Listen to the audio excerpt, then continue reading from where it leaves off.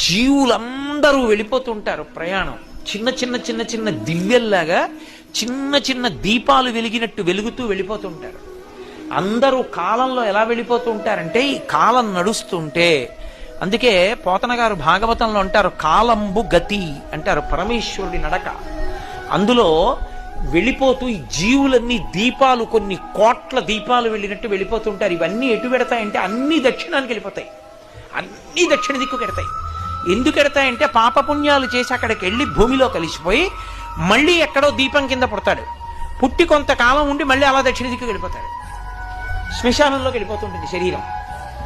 ఎవడు ఏ దీపం నేను వెళ్ళనని ఉత్తరానికి తిరిగిందో ఆ దీపం ఇక అందులోకి శరీరం పెడుతుంది, ఇక ఆ దీపం మళ్ళీ పుట్టది.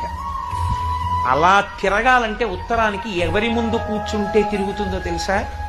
ఒక్క దక్షిణామూర్తి ముందే.